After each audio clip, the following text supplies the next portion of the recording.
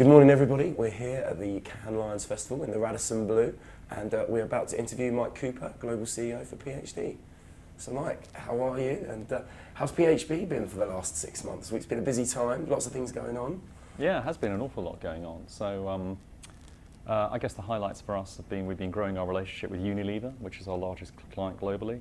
So we won the search business earlier this year for Unilever, and which is great. You know, it's always the best kind of win really, to win more business from an existing client because it's an endorsement of the work you're doing. So that was great, and I mean that's a major assignment. All of their global search business around the world, so that was terrific. We're also just consolidated all of SC Johnson around the world. I mean, we took the planning work earlier this year, which was great, but then they chose to consolidate the buying with us. So that's been a really nice win. Really looking forward to working with SC Johnson. It's a really interesting company based out of Racine in the US. So it's a real boost for our US office, which is great.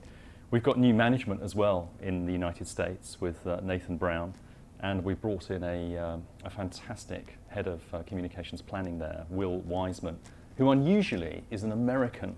Wow, but okay. virtually every sort of communications planning you seem to get in the US seems to be English or Australian or something, but we've got an American one, and I think that's a real competitive edge, having an American in America. How about that? Absolutely, it's very good, very different, which is good. Do you like PhD like to be unique? Yeah, we like to be different. And on the new business theme, we've also been growing our relationship with Ferrero. We won their emerging markets business. So it's been a really busy 6 months. There's been a lot going on, and now we're in Cannes, and we've just launched our latest book, Sentience, which is about artificial intelligence. And I should have a copy to wave around, but I think some of them got left in a restaurant last night. Oh, then we picked up making good reading somewhere. Yeah. So I don't know. We'll have some sort of like well-informed taxi drivers or cleaners around Cannes, which is it's good to know. We're happy to do that. So no, it's been a very busy 6 months for PhD. A lot going on. Yeah, and you mentioned the AI and the book, and obviously you guys like to do something different at Cannes each year. Yeah. So this year, yesterday in fact, was Tim Berners-Lee. Yes. How did that go, and how did that come about? What was the kind of thinking behind? The thinking behind it, I mean, first of all, I think we're unique in terms of being a media agency. We've been on the main stage at Cannes every year for the last 5 years, and we've covered some really interesting content in that time. I mean, 5 years ago, Mark Holden was on the stage talking about the future of media with Beyond the Horizon. And since then, we've done things with Adam Morgan on the future of challenger brands, the development of challenger brands and how they've gone global. We did a wonderful session with Jane McGonigal about gamification, which was really well attended. It was fantastic. And last year we had Jason Silver. But this year, we were developing the thinking for artificial intelligence and its impact on marketing, not just artificial intelligence, but its impact on marketing. And the impact on marketing is going to be really profound. So we started thinking about who do we get, for something that's as big as this, for something that, if you saw the presentation, it starts off by talking about, it's the equivalent of an alien life form, contacting us saying we're 15 years away, we're on our way, what would our reaction be to that? But I mean, artificial intelligence is not actually that different to an alien life form coming and landing on Earth, because it's just going to be kind of like so significant in terms of the differences. So in trying to think of somebody who had the kind of like the gravitas and the authority and the, the sort of, knowledge to talk about that. We had a couple of ideas, but we settled very quickly on the idea of Sir Tim Berners-Lee, who, as you know, invented the World Wide Web. Absolutely. And we thought, well, who better than the inventor of the World Wide Web to tell us about the implications for artificial intelligence? And so there we were in the Grand Audi yesterday with 3,000 people and a live YouTube stream. It was voted. Every day they vote for one seminar. That's right. So we beat Pharrell Williams to be broadcast live around the world, and it was on YouTube. It was terrific. I think we got a really good response on it. Some great response on Twitter, and he was terrific. I mean, he's an academic. He teaches at the Massachusetts Institute of Technology and at Southampton University. But it's an amazing talking to him. He tells you how he set the foundations for the web. So, he developed HTTP, URL, HTML, the foundations of the web, back in, the late 1980s, early 90s. And, it's almost a surreal experience sitting with the guy who developed, something which, has had so much influence all over the world. He's arguably the most important communications system the world's ever seen. So it is kind of like quite extraordinary. He's a remarkably down-to-earth individual. You know, I find myself sort of chatting to him about, you know, the most mundane kind of like things really. But he's a really interesting guy. So no, it was a really good reaction, and you know, really good to have him in Cannes. Really good to be on the main stage with him. Yeah, and how far away do you think we are from seeing AI being used? You know, well, I suppose in media we have a lot of future stuff. We were talking with him about this. I mean, I think it's likely within the next sort of like 3 to 5 years that we'll all have a VPA, a virtual personal assistant in the developed world. So if you miss your flight home from Nice tomorrow or whenever it is, which is entirely possible, you know, given the way that everyone behaves in Cannes. You know, your VPA will rebook your, you know, your hotel, your car hire. It will inform your loved ones. It will change all your bookings on flights and everything else, and it will effectively be making decisions on your behalf. And you know that has a real impact for marketing, because that changes, you know, the choice of which airline, which car hire company, which taxi company that you're using, from a kind of frontal cortex decision. You know, in your mind of kind of like, you know, trying to kind of like get a message. Sort of, you know, inside your head about which one to choose and the reasons for why, to an algorithmic one, you know, where it's being sort of, you know, it's using other factors that it knows about you to make those decisions. So, you know, you've really got to think in terms of marketing to that type of a scenario. And I don't think we have all the answers about how we're going to do that, but I mean, clearly, you know, it's going to be a much more automated world. And, you know, I think the creative process, you know, gets elevated to much more of a kind of like a, you know, a higher end element of that. So it's going to be, it's going to be quite profound, you know. And I mean, I think the artificial intelligence train is going to run right through our backyard in marketing. So you know, I think the differences will be profound. The changes will be really significant. It's quite interesting. I went to a couple of CMO breakfasts this week, and they touched on artificial intelligence, and they'd also touched on the whole kind of evolving consumer and also the role of the CMO now. So this whole kind of, do we combine a CMO and a CTO? Are they the same thing? Just digital. And I know as an agency, you've kind of shaped and reshaped the agency in terms to kind of fit that and to deal with clients in that way. How have the clients kind of responded to that? What are you seeing out there? I think clients are always really, really open to anything that's sort of, you know, that's real, that's not sort of science fiction, you know, that's actually sort of like real. I mean, you know, there's so much evidence for all this coming. I mean, if you look at, you know, companies like IBM, Google, Facebook, Baidu, I mean, they're all investing heavily in artificial intelligence expertise. So CMOs are aware of that. They know about that. I mean, you know, Google have just bought, well, I think last year they bought DeepMind, you know, for nearly $500 million, you know, which is an AI company, you know, which has been working with AI.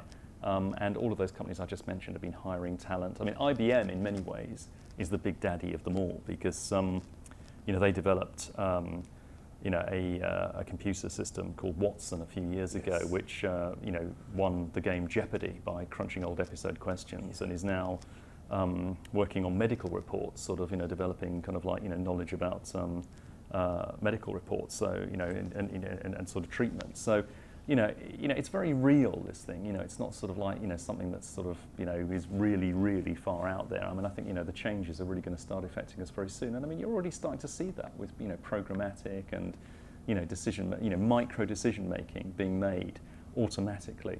So, you know, I think, you know, we will see more and more interest from marketing organisations about this going forward. I mean, right now it does sound, you know, you start talking about Stephen Hawking and, you know, sort of, you know, alien life forms, and people sort of think, God, what are they talking about? You know, what is all this about? But I mean, actually, when you kind of go through the evidence of what's happening, it's really not that far-fetched. No, but I also think it's that whole piece around creativity as well. We talk, you know, there's that worry initially that creativity was being dulled by data and this forward-thinking look at. But actually, I think it means you need to be more creative now, don't you? In terms of you've got more data, so actually you've got the opportunity to make everything more personalised, to understand that consumer even more. Yeah. You know, I just think, you know, going forward, you're going to have to start thinking about multiple messages across multiple types of different device.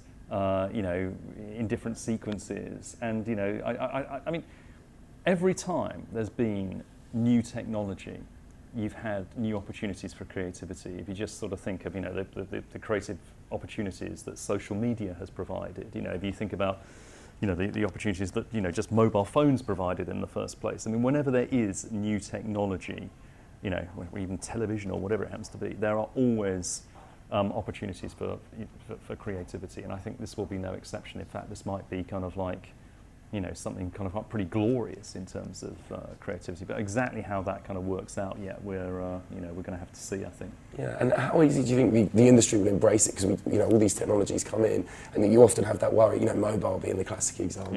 Yeah. Are we using mobile correctly yet? Probably not to its full capacity. Yeah. It's really a difficult process, and kind of getting everyone on board, isn't it? And actually kind of exploiting it. I mean, is there a way of kind of fastening that experience? I mean, what we found at PhD is that you really, really need to think carefully about the type of people that you employ going forward, and and how you, tune your recruitment process. I mean, increasingly, we do all the global communications planning for Unilever amongst other clients. I mean, global communications planning, we're probably the world leader in that area, quite honestly. We have more resource than anyone else. But the type of people that we employ in that area increasingly are creative technologists. Right. I mean, they're people that understand the technology and know how to be creative in that space. Because if you can't understand the technology, you can't be creative in the area. So, we have, I think we are, it's not overnight. You don't just suddenly sort of like change all the people. But I mean, there is definitely an evolution in terms of the sort of like type of person that we're recruiting at a graduate level, and even further up the organisation, in terms of just making sure that they really are comfortable with the technology, because that's where we're going.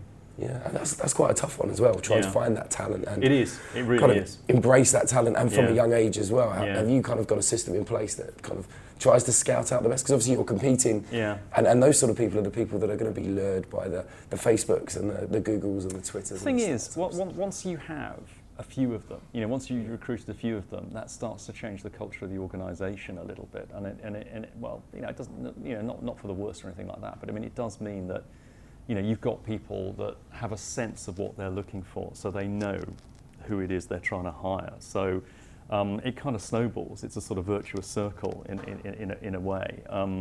But a lot of the success that we've had in recent years has been with awards and things like that. I mean, if you look at the KKT campaign, which won a load of awards here last year, also won one this year, won a Lion this year as well, the kind of next iteration of it, which was a mobile campaign from India. That's an example of somebody, just being, I mean, that was actually a feature phone campaign, so it was quite kind of old technology, but quite advanced in rural India, I guess. But I mean, that's an example of just how you take the technology and you find a way of being creative and you leverage it and make it really effective. And I think, also when you've got, when the technology is new and people are embracing it, that's a great place to reach them, because it's kind of like fresh, it's interesting. As a brand, you look like you're kind of like future-facing, forward-looking, and you're where the consumer is. And I think that's a very healthy, place to be for us. Absolutely, and we've obviously touched on the creativity. We've touched on AI. Over the next kind of 6 months to a year, where do we think the kind of key trends was? There going to be a game changer? Do we think over the next 12 months that will reshape what we do and how we do it? In terms of technology, I don't think so. Not over the next 6 months or so. I don't think. I think a lot of this stuff is a lot further away. I mean, quite honestly, I think the current trends in media will continue. I mean, you are going to get more automation coming into our business. More kind of like programmatic. But I mean, the things that we're talking about with artificial intelligence are further away. I mean, that's a minimum of 3 to 5 years away. But I mean, it is coming, and the technology exists, and it's just, as the saying goes, it's just not widely distributed yet. But it really will be very, very soon. And I mean, the first step is, very shortly you'll be able to use your phone to pay for things. I mean, that technology exists already. That's that's literally just around the corner. From there, you've got purchasing decisions, linked into your kind of like day-to-day handheld technology. So, that's a big step in that direction. Yeah, and I suppose as we're here in Cannes and the kind of global media industry is here, we have the obvious emerging markets. I see Brazil have a big presence here. There seems to be a lot of Latin American presence, and obviously China. Where do, over the next kind of year or 2 years, do we think the kind of surprise emerging and media markets might be? Where the growth might come from? I think the continent everybody's now really looking to and really taking seriously is Africa. Okay. And I mean, actually, I've been I've had more and more contact with our African offices. We have a really big office in Nigeria. We have a big presence in South Africa, but that's a bit more, kind of westernized. Yes. But I mean, places like Nigeria and Ghana, and I've just been amazed at how sophisticated they are. I mean, they've really embraced our global planning system, Source. Right. We have a gamified global planning system which links all of our offices together in a kind of sort of competitive, we call it collaboration. It's collaborative, but it's competitive. And they've really, in Africa, they've really kind of endorsed that. In fact, the two of the, South America is endorsed it almost more than anywhere else. But Africa are not actually that far behind, and that's really interesting. So the traditional markets, in some ways, are sort of lagging behind a little bit, which is amazing. So I think it just goes to show how much sort of hunger there is for the technology in those sorts of places, and the keenness that they have to embrace it. Yeah, absolutely. It's quite an interesting market. We've kind of had a look at Africa as well, but it's kind of knowing where to go and how they're acting. Are they quite in terms of mobile? Is that a big push? Yes, it is. It is, especially in Nigeria. I can't remember the statistics, but I mean, it's and the numbers there are enormous. So and it's actually quite a big consumer market. I mean, there's a really emerging middle class in Nigeria as well. Which I think you'll see increasingly in a number of African nations. I mean, Africa's the place. I mean, it'd be great when the first gold media line goes to Africa. Absolutely. It'll be fantastic. And I mean, I don't think that's too far away, quite honestly. It's quite impressive. And then I suppose finally, what can we expect going forward? How is the kind of overall global structure going? We talked about it last year. Are you implementing more and more this year? What's any kind of big changes to come in the last part of the year? For us as a global network, you mean? No, I mean, as you're probably aware, there's a hell of a lot of pitch activity going on at the moment, and I think it's one of those times when you have to be, you have to focus on what your strategy is, because there's an awful lot of sort of temptations that come along in terms of sort of things to pitch with. But, I think, relationships with big global clients, it takes a long time for them to get you to trust them and to, to develop that relationship. I mean, we've been on a journey with PhD for the last 6 or 7 years, where we've evolved from a kind of like an office that really just had a presence in the UK and the US into being a fully fledged global network, and we've only been a global network for about the last 8 years or so. And getting, building those global client relationships and the trust really takes time. So, you sort of see some of these sort of big pitches kind of taking place where, we're not necessarily a roster agency. I think you've got to kind of like focus on your existing clients first, and growing business from your existing clients, and rather than sort of like getting dazzled by potential opportunities that may be a lot harder than you think. So I think our focus is going to be building business from existing clients over the next 12 months, quite honestly.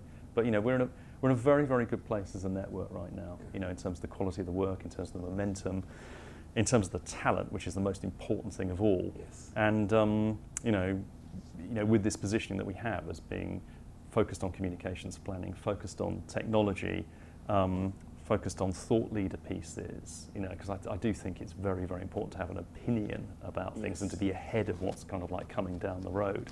I think we're in a very good shape for the future. So I'm feeling good about it. Good. Well, and the sun's shining. Absolutely. We're in Cannes, looking out across the harbour, which is always pleasant. Yeah, it can't be too bad. No, thank you very much. Okay, you're most welcome. Good to see you. Good to see you. Okay.